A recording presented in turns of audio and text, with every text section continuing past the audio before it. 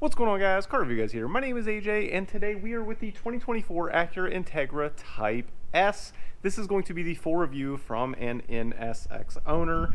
As you can see back here, we have the NSX underneath our hexagon lights. This is a 2017. If you're new to my channel, we've got a few things done to it as well. Exhaust, sport cats, and yeah. Anyway, this is the car that we are talking about at hand, the Type S. And what a good looking vehicle, super aggressive. And we're going to talk about just how good it is when it comes to handling.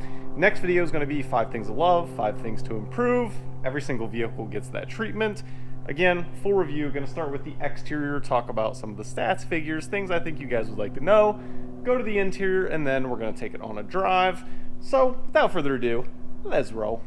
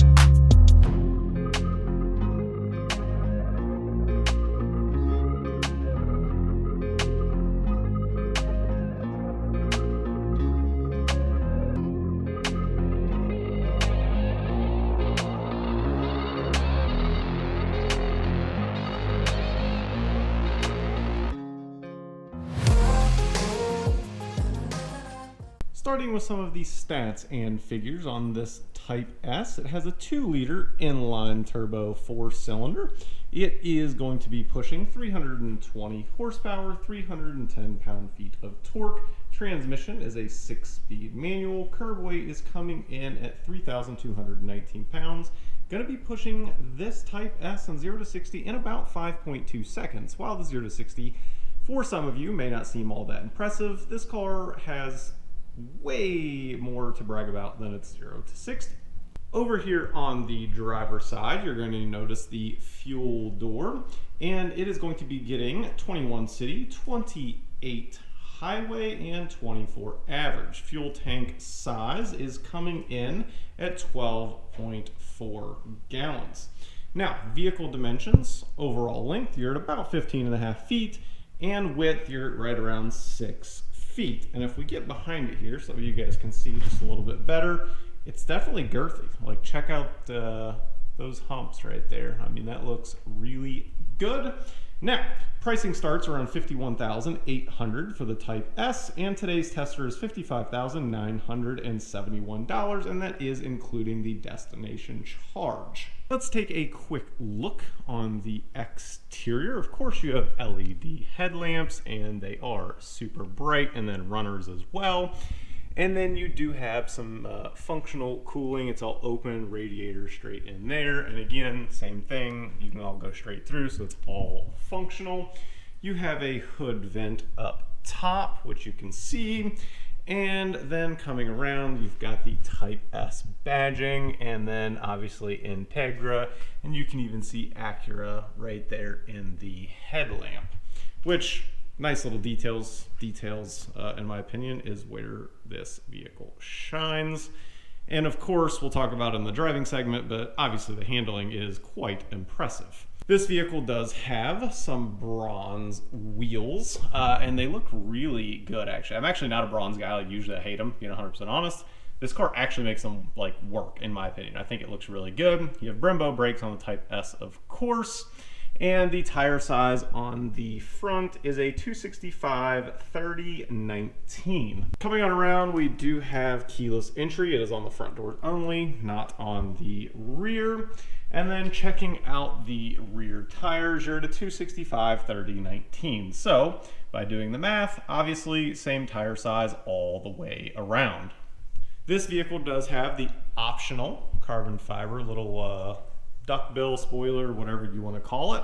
Wish my NSX had that. My previous NSX, which was silver, did have a carbon fiber one.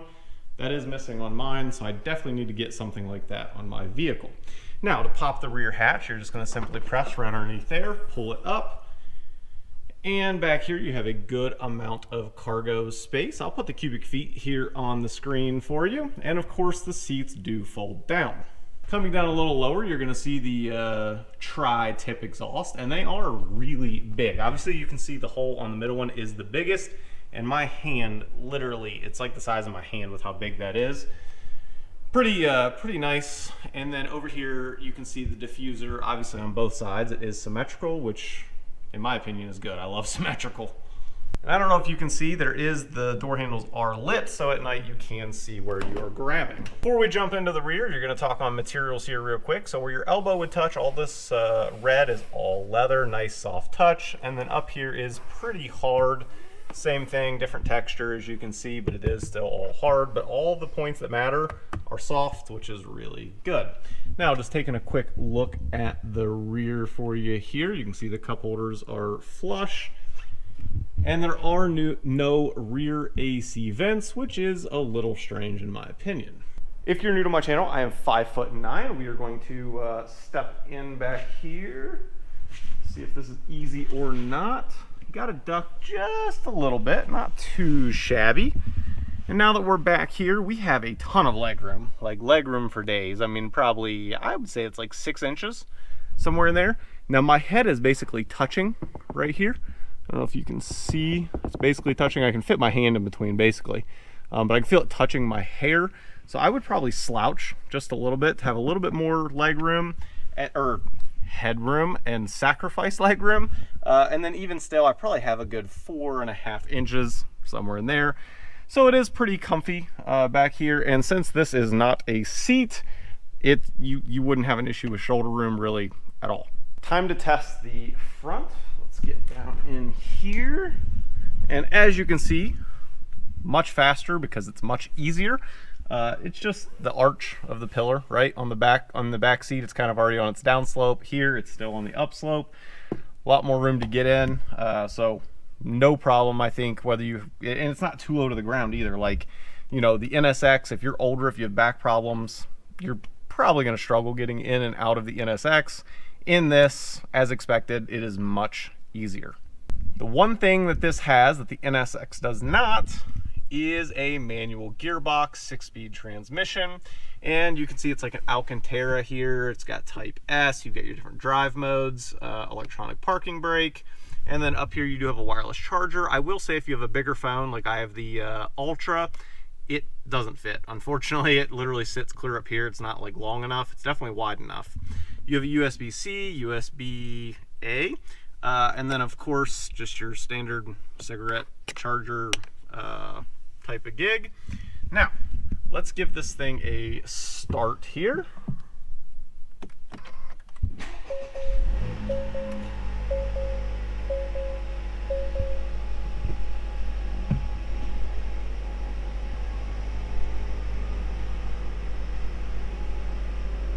We're going to go ahead and switch it into sport mode for the exhaust. Hopefully you can hear the change.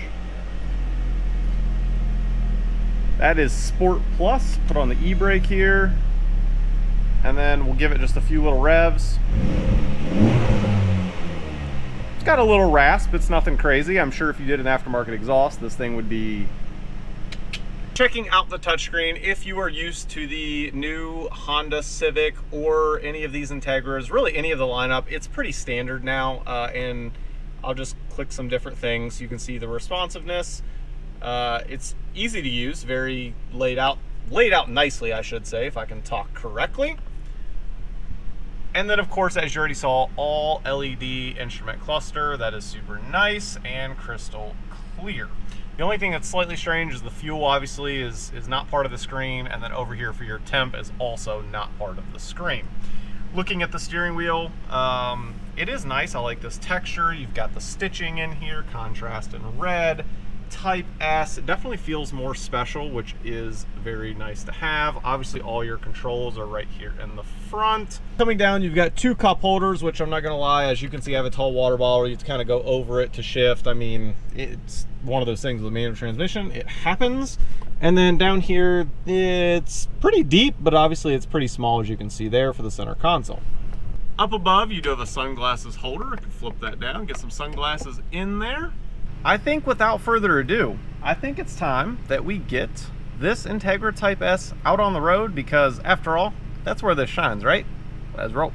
And we are off in the Integra Type S. So, I don't know if you could just hear that. This does have active rev matching, and that is nice on the manual transmission. Of course, there's going to be a percentage of you out there in the comments that are like, wow, you have rev matching, takes all the fun away, and now you don't have to be a good driver, and blah, blah, blah, blah, blah. Turn it off if you don't like it. At least it's there for those that want it. So, and it is nice. For daily driving, just downshifting, it's super nice. Yes, if I'm on the track and I want to have fun, yeah, I'd probably turn it off, just that way I have more to do. Like, anyway, just covering all of our haters down below. 5.2 seconds, but it will spin the wheels, as you can probably hear. It's cold right now. It's only 40-some degrees, so that's a big difference, right? The NSX is all-wheel drive, so it's going to actually put it down no matter what. This, you got to have the right temperature and all that stuff, but this is still an absolute riot to drive. Like, it's super fun. The other thing to note is being not as fast, obviously, and it shouldn't be, because while it's still an Acura, the price tag is significantly different. This is basically a third of the cost of the NSX. Now, where this is great would be to pair with an NSX if you have the funds, because it's still dailyable, right? Like, as we're driving along, talk about road noise. Yes, I can hear some road noise. It is not bad. Wind noise, I cannot hear. So very good on wind noise. Road noise can be improved slightly, but not bad. We're coming up to our cattle guard here, which we always test the suspension. Let's go ahead and put it in comfort for that. And let's see how it does along with noise. So obviously you can probably see, especially if you're not new to my channel, you see all the different vehicles go over that cattle guard. You can see kind of my body and how it moves. With that said, the suspension on this is more sporty, right? Like, it's not necessarily made to be 100% like all comfort. It's not going to just glide over it, and you can see my body goes up and down. As far as quietness or loudness goes, I would say it's kind of middle of the road. It's not anything exceptionally quiet, but once again, that's not what this car is. Where this car shines is handling. Now, obviously this is compared to the Civic Type R, and we've done a review on that on the channel, and now we have the Type S. While they are very similar, I would argue that maybe the Integra is just slightly more refined. Again, right, it's all subjective and all opinion based. Just to me, I do think it's a little bit more refined. Again, very similar though overall. The other nice thing about this is there's a lot of things in this that are also in my NSX, which, if anyone owns an NSX, may be a little irritated that a car a third of the price has some of these same things. The person with this vehicle is very happy because they have some of these same button switches and whatnot that are found in a $160,000+ Supercar. The one thing I did not note whenever we were going through the interior, just to make sure you guys are aware, there is a heads-up display on this, which my Acura NSX does not have. And that is one of my complaints on my NSX because, once again, $160,000 car, and I don't have heads-up display. My 2015 Camaro does have heads-up display, but not my Supercar. So, little odd. Now, don't take it, don't get too out of control. I absolutely love my NSX. I will never say that I don't. It is an incredible car. However, there are little things that it's like, why didn't my NSX get that? And that's why I'm bringing it up, you can get that on a $50,000 to $60,000 Integra Type S. People are always asking me, what are the drive modes like? So obviously I've already stated there is Comfort, there is Sport, and there is Sport Plus, and of course there is Individual. Does it change things? Absolutely it does. Throttle response, you can also feel the suspension changing just ever so slightly. Suspension, I guess, let me be clear, you can feel the steering more than the actual physical suspension, so kind of makes sense. Let's touch on blind spots really quick. Over to our left, pillar, fairly skinny, easy to look through. Over to our right, the only blind spot kind of is like the rear hatch area. Not a big deal. And of course, it does have blind spot monitoring if you have any issues with the blind spots. All right, we're coming up to a little turn up here. So let's put this thing in sport and let's test out its handling, because I'm telling you, that's where the Type R just really shined for me. So let's test her out. Test the Brimbos coming in. Oh, got some G-forces. Stays nice and planted. Into our brakes again. Nice, down to third, coming around the corner. Ooh, and that's where this car shines, baby. That's where it shines.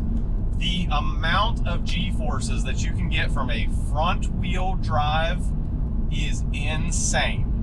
This and the Type R are the best front-wheel drive handling vehicles I've ever driven. Ever. That's a huge compliment to what these vehicles are. Again, and it's daily drivable. It's comfortable. It's again, not going to be, you know, a crazy comfort suspension, but it's still comfortable. And it's a riot to drive. So, from an Acura NSX owner, I am super happy with this Type S. I think it is a great car. Would I ever compare the two directly in the sense of like picking one or the other? No, because it's just two different cars, obviously, right? But we can talk about some similarities, some differences, and from my perspective, owning the Supercar, what would I do with this? This would definitely be a daily driver for me. There's plenty of space in it, especially if you just have like 2 kids. So, and of course, pretty good gas mileage for how fun this vehicle is to drive. If I'm missing anything, or maybe just something you would like to know, if I don't know it, I will reach out to my Acura representative, so that way I can get an answer for you. I try to respond to everyone. Hopefully you like and subscribe. We're almost at 20,000 subscribers. I thank you for all of your support, and as always, I'll catch you guys on the next one. Peace.